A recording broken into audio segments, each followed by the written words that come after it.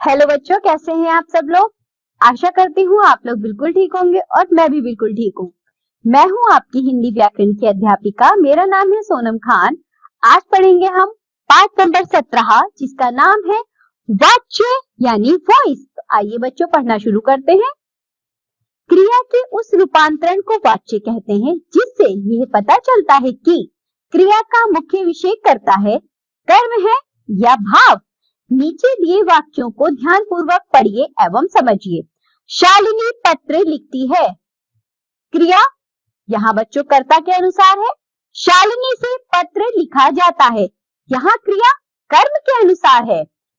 शालिनी से लिखा जाता है, यहाँ क्रिया भाव के अनुसार है। उपरोक्त वाक्यों के पहले वाक्य में क्रिया के व्यापार का मुख्य विषय कर्ता यानी कि शालिनी और दूसरे वाक्य में क्रिया के व्यापार का मुख्य विषय कर्म यानी कि पत्र है, जबकि तीसरे वाक्य में क्रिया के व्यापार का मुख्य विषय लिखना है। तो बच्चों हमने देखा जो वाच्य होते हैं जब क्रिया का व्यापार यानी कि क्रिया का प्रभाव अलग अलग पड़ता है उसी प्रकार हमारे वाच्य होते हैं। वाच्य के भेद, वाच्य के 3 भेद होते हैं, कर्तृवाच्य, कर्मवाच्य, भाववाच्य। सबसे पहले देखें कर्तृवाच्य। जब क्रिया के व्यापार का मुख्य विषय कर्ता हो उन वाक्यों को कर्तृवाच्य कहते हैं। जैसे अभिषेक क्रिकेट खेलता है, लोकेश विद्यालय जाता है। कर्तृवाच्य में अकर्मक तथा सकर्मक दोनों प्रकार की क्रियाएं होती हैं। जैसे सकर्मक क्रिया देखिए, संजीव पुस्तक पढ़ रहा है, रीता ने पत्र लिखा। अब अकर्मक क्रिया देखिए, विवेक भीतर सो रहा है, सभी विद्यार्थी चिल्ला रहे हैं। कर्मवाच्य ऐसे वाक्य जिनमें कर्ता प्रधान न होकर कर्म प्रधान होता है और क्रिया का लिंग और वचन कर्म के अनुसार होता है, उसे कर्मवाच्य कहते हैं। कर्मवाच्य के वाक्यों की क्रिया सदा सकर्मक होती है। जैसे नानी के द्वारा कहानी सुनाई जाती है, साकिब द्वारा कहानी पढ़ी जाती है। कर्मवाच्य में केवल सकर्मक क्रियाओं का ही प्रयोग किया जाता है क्योंकि अकर्मक क्रियाओं में कर्म होता ही नहीं है।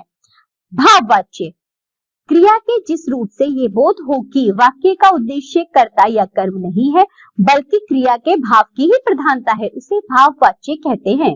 भाववाच्य में क्रिया सदैव एक वचन, पुल्लिंग, अकर्मक तथा अन्य पुरुष में रहती है। जैसे मुझसे अब खाया नहीं जाता, सर्दी में बाहर निकला नहीं जाता। वाच्य परिवर्तन, कर्तृवाच्य से कर्मवाच्य और भाववाच्य बनाना। कर्ता के साथ लगी विभक्तियों को हटाकर कर्ता के साथ से या के द्वारा जोड़ दिया जाता है।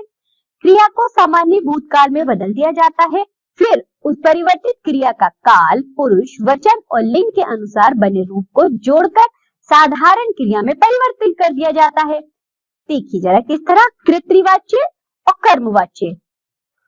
कर्तृवाच्य से कर्मवाच्य बनाए जाते हैं। लड़की खाना खा रही थी, लड़की द्वारा खाना खाया जा रहा था। कर्तृवाच्य से भाववाच्य, अरुण हंसता है, अरुण से हंसा जाता है। तो बच्चों इसी के साथ वाच्य हमने आज पढ़े। ये पाठ होता है हमारा यहाँ समाप्त। आज हमने जो भी पढ़ा है आप लोग उसका अच्छे से अभ्यास करिए। अब हम मिलेंगे आपसे अगली कक्षा में, तब तक के लिए बाय बच्चों।